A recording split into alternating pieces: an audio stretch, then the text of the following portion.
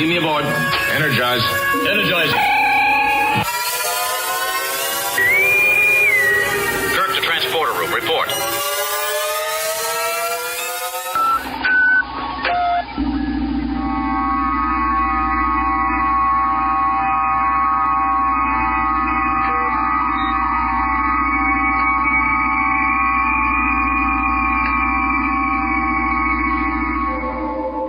Listening to Transporter Room 3 with your hosts Phil Perello and Scott Collura. Welcome back, listeners, to another semi-annual installment of Transporter Room 3. We're like annuals over here, Scott. Yeah. Well, it's been a little, I don't know, it's been a busy summer, so. It's been a busy summer watching bad movies. But we're back to talk Star Trek Enterprise as we promised. We're keeping our word. Yeah, and we have a special guest. Phil, you want to introduce our very special guest?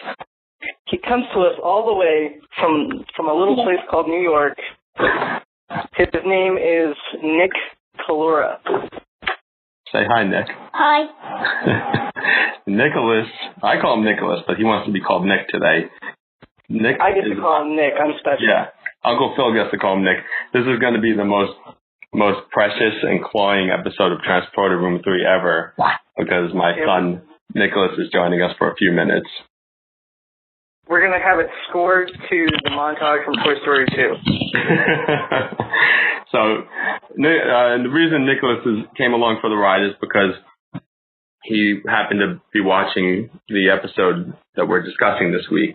He was watching it while I was watching it, which some parents might say was not an appropriate episode for a 5-year-old to watch, but it was the episode of the third season Enterprise episode, Impulse, which is the Vulcans turn into zombies episode, basically, is how you would sum it up, right? So, which is a pretty darn good episode. It's one of my favorite episodes of Enterprise. I forgot how good that show is. Like, the script for that one, it feels like a feature film the way the action just clicks into place.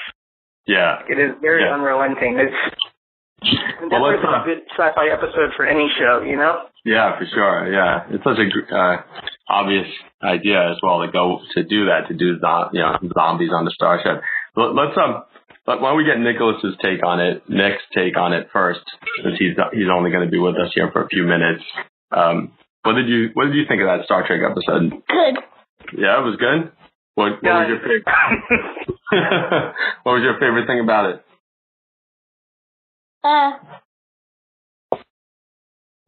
The alien zombies. You like those alien zombies? Yeah. What do you think of the captain? Good. That's about right. Yeah. Did you did you feel bad for those alien zombies, or did you think they got what was coming to them?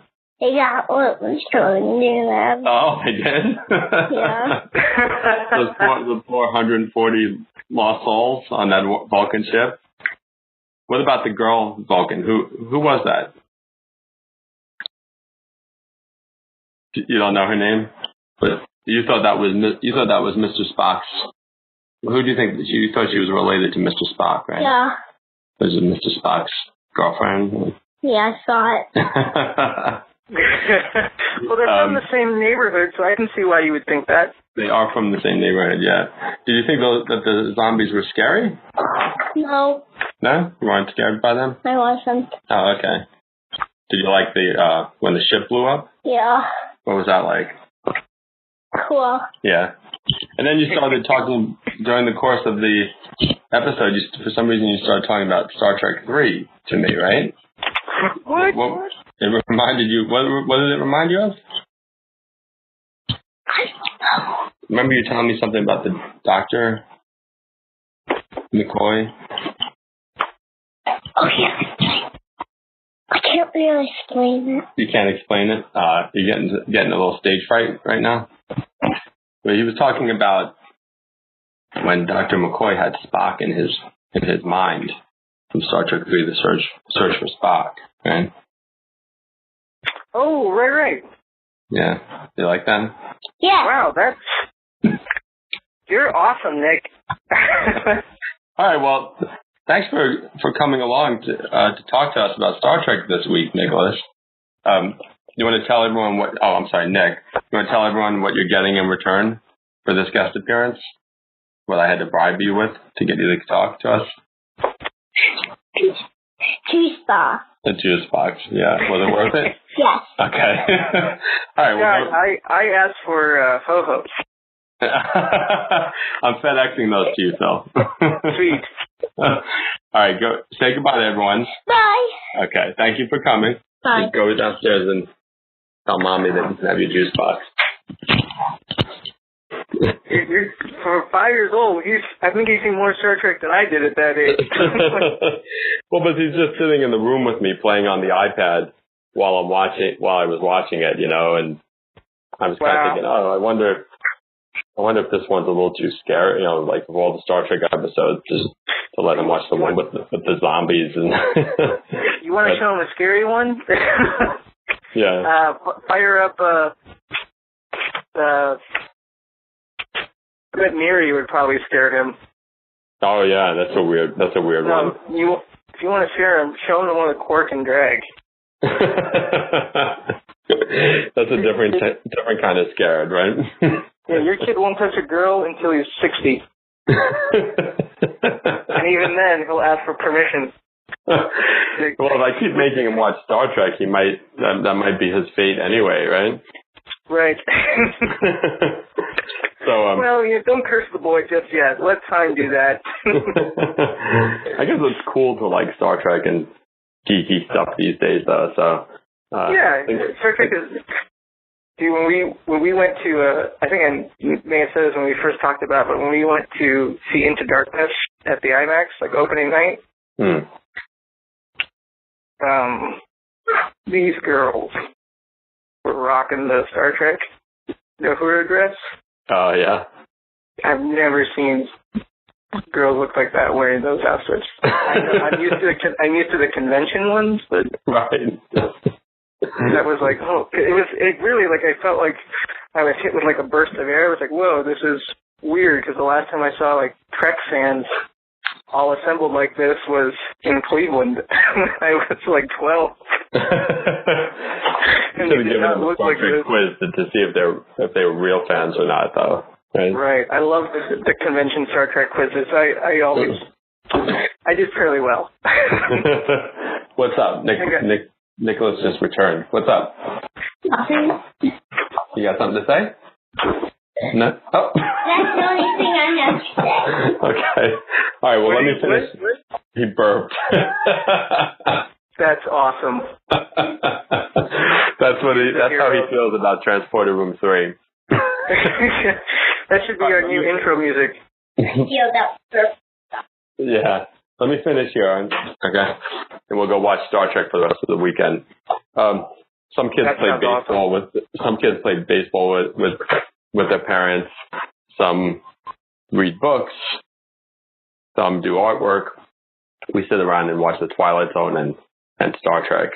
That's awesome. Your kid's going to be like the next Rod Serling. Well, maybe. We'll see. Are you guys really watching Star Trek this weekend? No. Fix that, Scott. It is a rainy weekend, but no.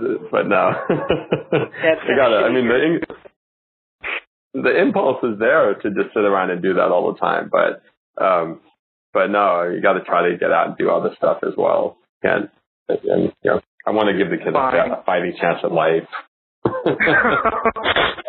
Another Star Trek 3 reference. Nicely done.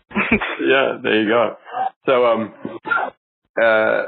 all right. So why don't we talk? So you had recommended. We've been meaning to talk about an Enterprise episode for a while, and you had recommended this one, Impulse. Yeah, for season 3, and it is a good one, right?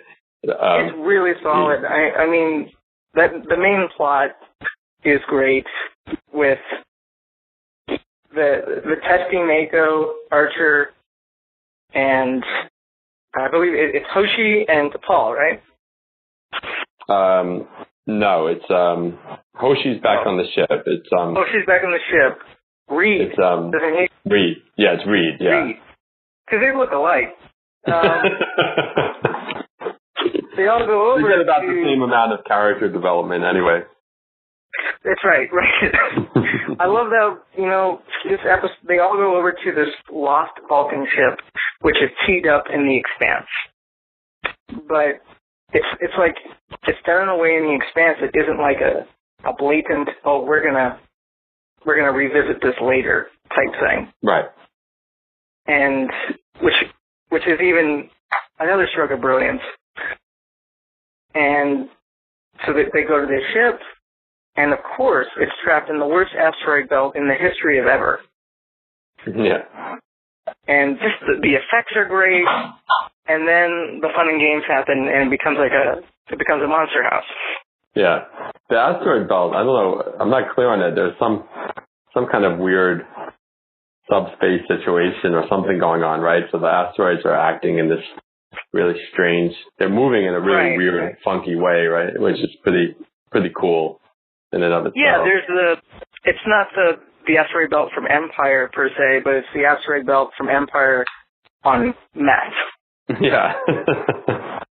Because the Expanse has these weird gravimetric anomalies, meaning asteroids be pinballing, and you don't want to be anywhere near there. And then on top of that, the Trellium-D that they use to protect themselves from the disturbances in this area of space, it makes Vulcans go a little crazy.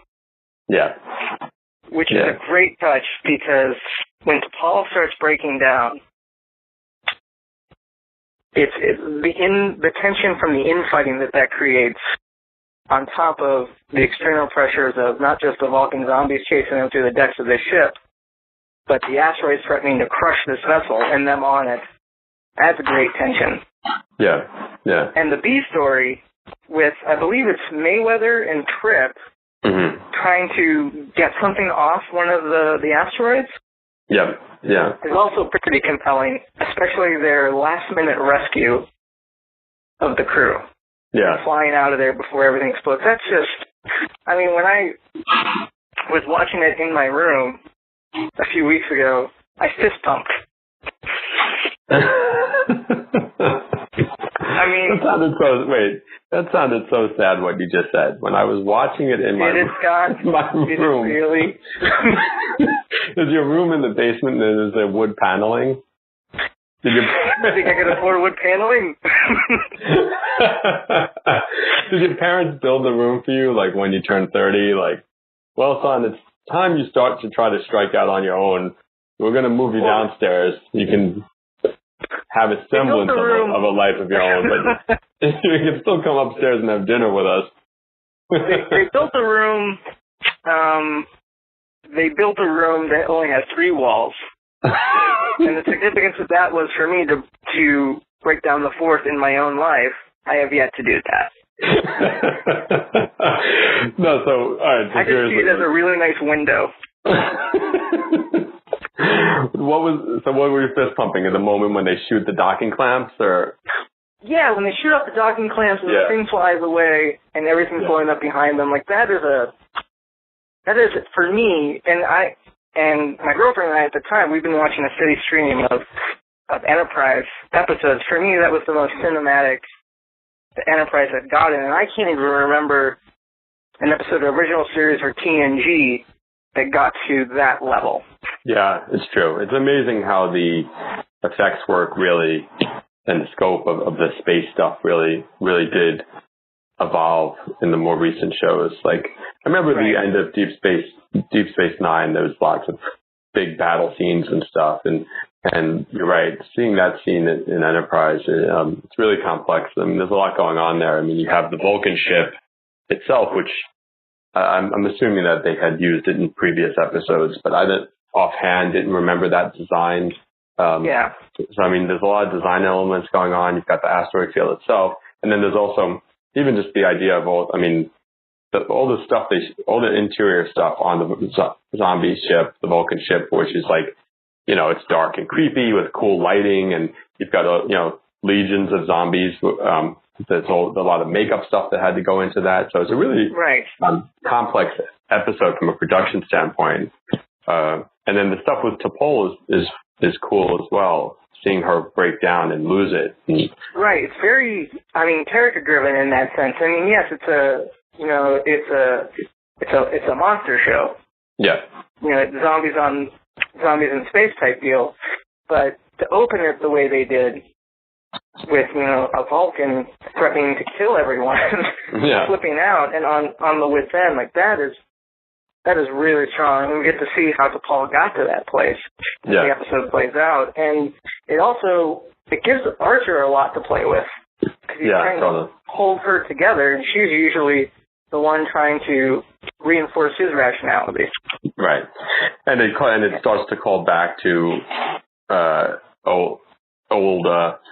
older aspects of the show as well, where she's like, you never trusted the Vulcans, but they suppressed your father's work for all those years, and you're finally getting your revenge. And it's like you could see how the paranoia would creep up there. But there was always that sort of uneasy thing with the Vulcans, and as far as Archer was concerned. Yeah, those beats were, for me, like they invoked original Trek. Yeah. Totally. I feel like you could easily, not for the entire episode, obviously, but certain scenes you could drop in Kirk and Spock, and that would have been a great original series episode. Yeah, it's true. Yeah. Put some red shirts in place of the Makos. I mean, that episode is that's the type of show that some young writer is going to be watching and going, I'm going to rip that off and just expand it another 30 minutes to make it a movie. Yeah. And by some young writer, I mean me. Actually, it already was a movie. It was already a movie called Night of the Living Dead, actually. That's true. That's right. Basically. So they ripped this off as well, yeah. Not just the zombie stuff, not just the physical. And of course, the Vulcans aren't called zombies in this. They're not, technically they're not zombies. They've been, affected by this mineral or whatever the hell it is. And they're basically just acting like zombies. But even the paranoia. Yeah, it's like a really pissed off vitamin. Yeah, essentially, Trellium-D, But another aspect of, the sort of Night of the Living Dead kind of ripoff is that it's, the paranoia. And of course this is true for so many zombie movies, but it's like once you're all hunkered down, in the boarded up farmhouse, then the humans start fighting amongst themselves in that kind of movie. And so here that's what's happening with T'Pol, right? She's causing this internal conflict as well. Yeah. By the way, that's well analyzed, Scott. What's that? You did a good analysis of that. Thank you. Thank you. I just had to smoke some crystal meth in order to get to that point. No, silly. You smoke Trellium-D. This show's for kids. But there's also I wanted to touch on Dr. Phlox is he's stone cold because they're trapped on the ship and they send Phlox some samples of the Vulcans who are infected, tissue samples or something. And they're like, we need a cure.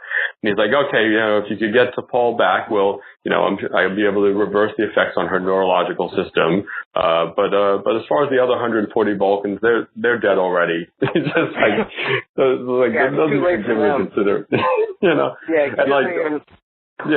And I tend to think Dr. McCoy would have been up all night trying to figure out a way to save them, or Dr. Crusher would be working nonstop, He would have. If he would have came to that conclusion after doing some due diligence, although maybe Phlox he was just doing it he had some bats to feed. I think, and he wanted to get to the Hope and Crosby movie that Trip was scheduling. So, a little trivia on the episode. A former colleague of ours, Travis Fickett, his current writing partner, contributed to the story for this episode. Did he? I didn't know that. Yeah, Terry Mataus. Him and his partner. Well, his partner was Brandon Braga's assistant on Enterprise. Okay. And he, I think he came up with the story idea for Impulse, and he's credited on the episode. Did not realize that. Wow. Yeah. Wow. Maybe Okay. we can try to get him on our show. We should have. He should be on this episode when we're talking about. I know. So did he do anything I tried else? to get a hold of Travis about it this week, but since I have no way to contact Terry, I was unable to get a hold of him. So right. Okay. Cool story. So is it Travis who was credited or Travis's partner?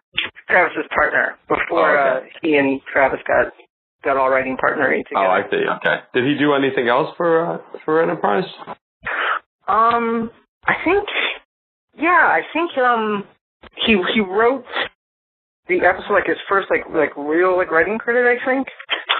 Either he wrote it or again another story credit was the episode where one of the aliens and one of the what's the episode? I'm trying to think. It's the one with it's the one with the aliens, right?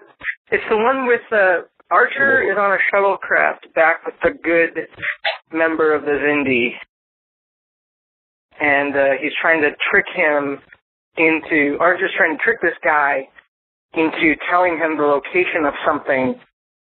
And telling him, the war is going bad, your people are going to die, and all that stuff. Okay. But all of that is a ruse. Like, Archer's just trying to dupe him. And it's based, the episode stems from an idea. The episode stems from an idea inspired by, a 1940s movie. Okay.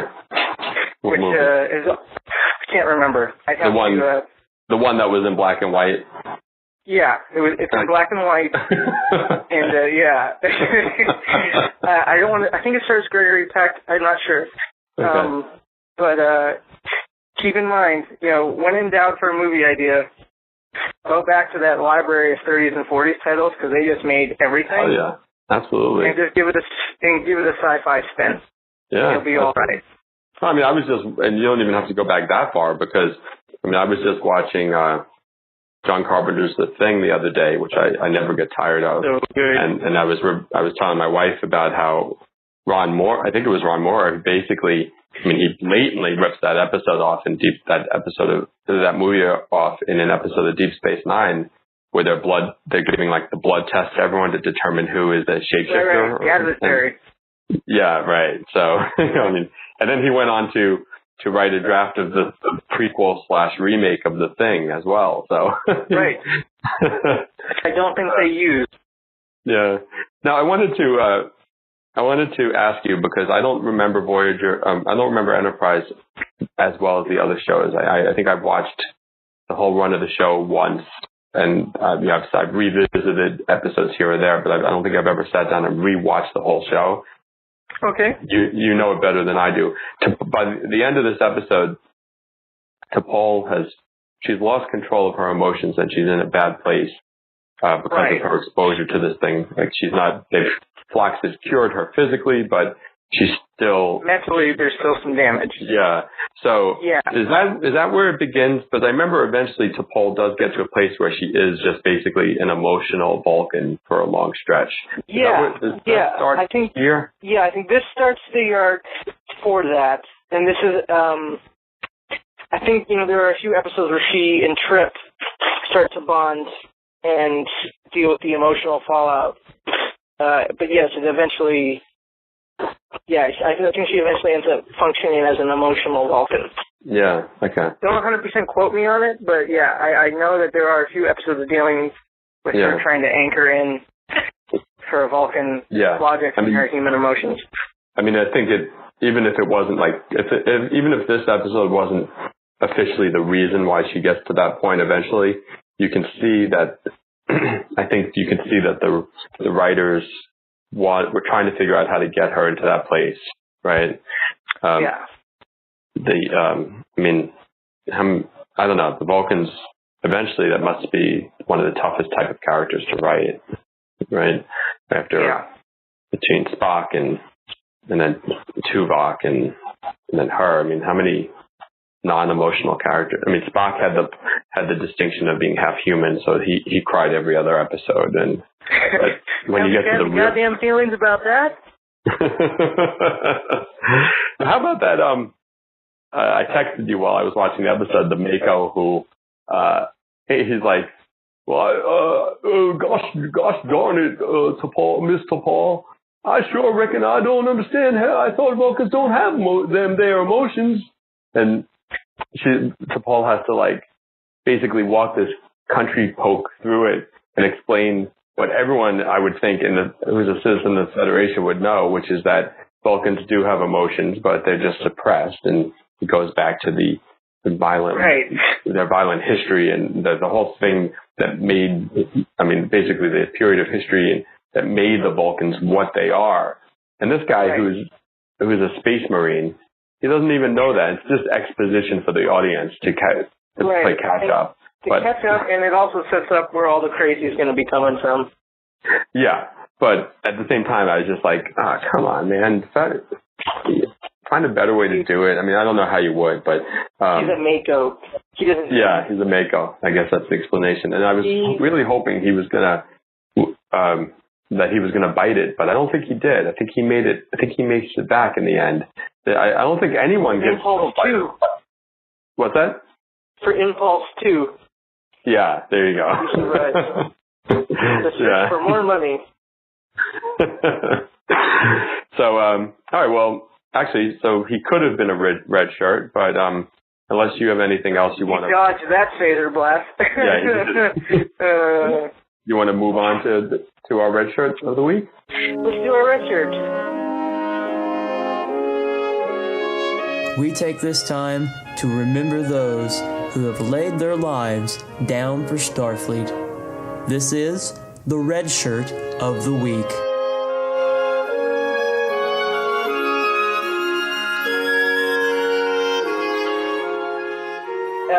It's crewman Hendorff.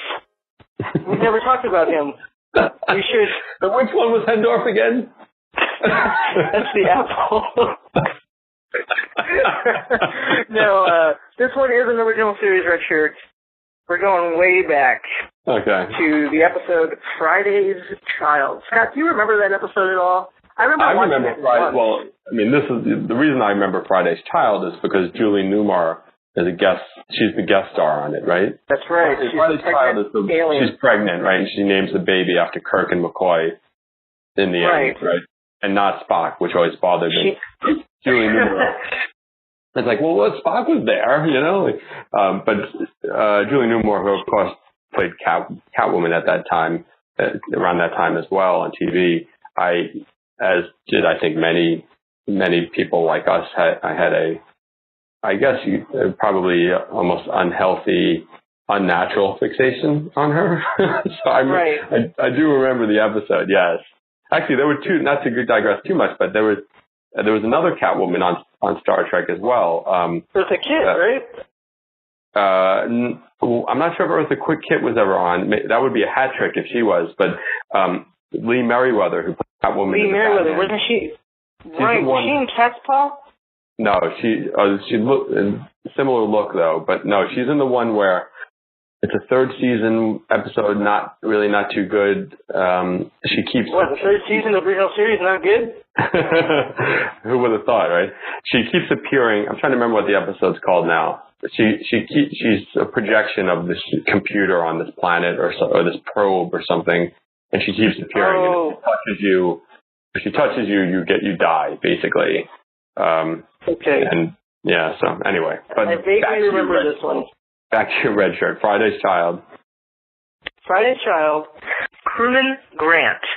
Okay. This guy, you know, as red shirts does go, he kind of went out okay because at least Kirk knew his fucking name. You can't ask for much more if you're a red shirt, right? Can't. So here's the setup. It's a thinly veiled Vietnam commentary. The Enterprise, they're going to the planet Capella 4. someone just heard the word acapella, took off the first part, and said, hey, let's make Capella a planet. So the Capellans, terrible alien race, who wear these one-strapped leather apron things, have crazy scalp lock ponytail action going on. Yeah. Kirk's job is to obtain mining rights on their planet because there's an ore there that is important to life support systems for colonists. But when Kirk gets there, he realizes that the Klingons have already showed up to try to make a treaty. Okay. So Kirk leaves Scotty in command, McCoy, Spock, and Kirk, and Redshirt Grant. They beam on down, and the Capellans don't react too well to that. And the Klingon's already there. And Grant, for some reason, is like, oh, you know what? I think I'm going to draw. I think I'm going to...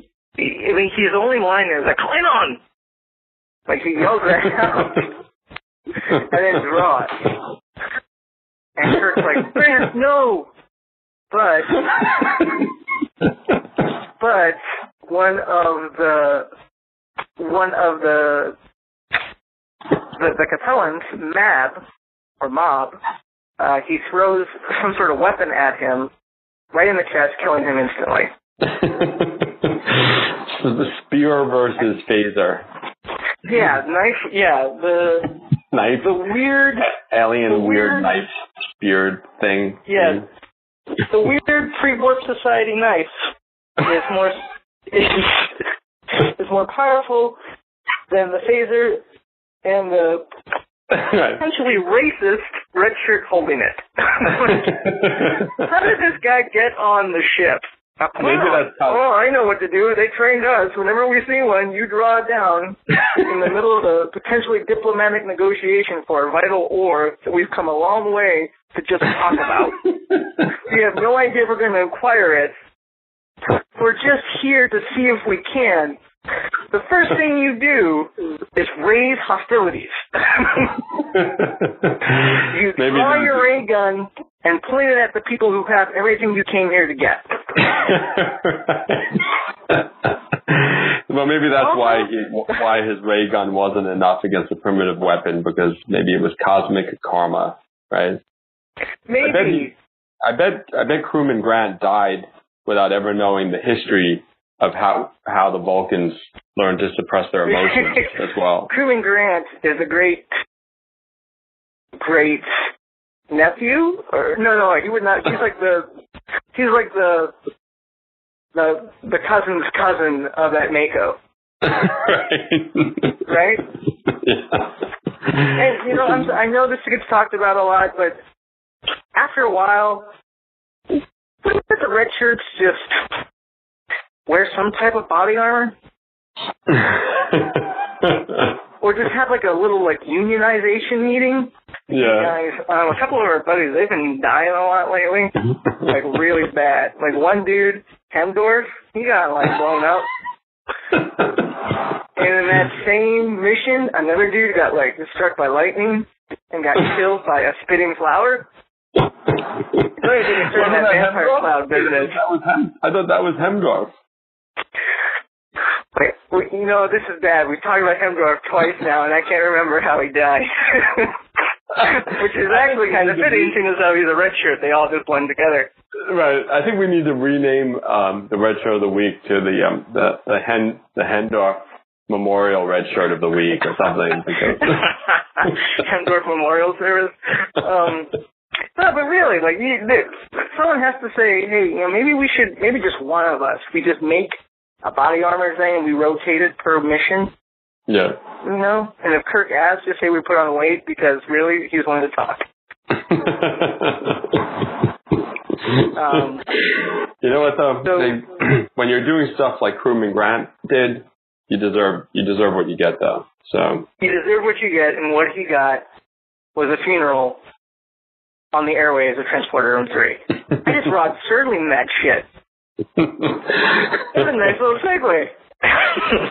So what do you want to talk about next week? I think we should talk about the exit strategy for the Capellans.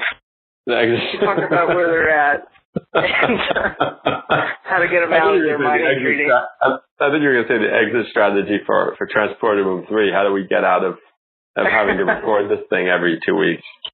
Oh, well, I don't know, man. I think we should. I think it's time we talked about a Voyager episode. If we seem to have found Impulse is arguably, it's definitely in the top 25 best hours of Star Trek. You'll be hard pressed to argue that it isn't. And I think it's definitely, it's a really, I mean, it may not be in the top 10 of that 25, but it's in there. We just a couple months, when Star Trek Into Darkness came out, we ran on IGN, the top 25 Star Trek episodes of all time story. Of course you did. And I can't remember if Impulse made it or not, made it to the list or not. It probably didn't because I wasn't there. Yeah, I mean, that's a really tough thing though, to rank the series side by side like that, because you're talking about, such, different eras in which they were made and different. That's true. Different, and some of them are so much more iconic just in terms of, the classic series. And so, but yeah, are we more comfortable saying that maybe of Trek in the last 10 years, 10, 15 years, it's in the top 25? Well, what Trek was there in the last 10 to 15 years? Voyager? Just Enterprise? Voyager and Enterprise? DS9? I don't know. No, I think Deep Space Nine, well... Deep Space Nine went off in 99, right? Deep Space Nine makes it into... No, I don't know. I'd have to look at it. But yeah, we can say that. we can say that. So, next week is Comic-Con, so we're not going to be able to record an episode next week, but unless I can convince you to come down to San Diego and meet up. That would be fun. I'm really bummed I do not have passes. I'm really bummed I'm not going on Saturday. Well, maybe if someone's listening has an extra pass, they can get it to you. If you do, I will Crewman Hendorff you a special thing. I don't know what that means. I don't know what it means either. That sounds threatening. I won't. I'll just be very grateful. And I thought it sounded sexual. It does. It was not my intent. If anyone does have one and be willing to do some Quarkian commerce with it, let me know. Yeah, definitely. And let us know what Voyager episode you might want to hear us talk about on the Facebook page or email us, etc. We'll throw up a little post perhaps on the page. Yeah, if we remember. I think if Impulse is one of the diamonds in the rough for Enterprise, I think we can find an equally awesome episode of Voyager to talk about. Yeah. I hate getting, people accuse, I think people accuse us of hating Voyager or hating Enterprise and always shitting on. I saw something the other day in the comment section on IGN. Oh, that guy, that old guy from Transporter Room 3, he's such a dick. He hates Star Trek Enterprise or something like that. And it's like, I don't hate. I mean, I'm the co-host of a fucking Star Trek podcast. Right. How much do I hate Star Trek Enterprise? I like Star Trek Enterprise, So. I just like other things more, much like you do. Like, is he an asshole if he prefers, just peanut butter over Skippy? Yeah, no. I mean, I don't know. He's, you wonder sometimes. But to be fair, though, your college manifesto on why Enterprise needs to burn in hell, it does color some opinions. That's true, yeah. But we'll get our Voyager love back on track. Don't you worry, angry commenter. Yeah, for sure. And until next time, we'll see you on Gravet Island.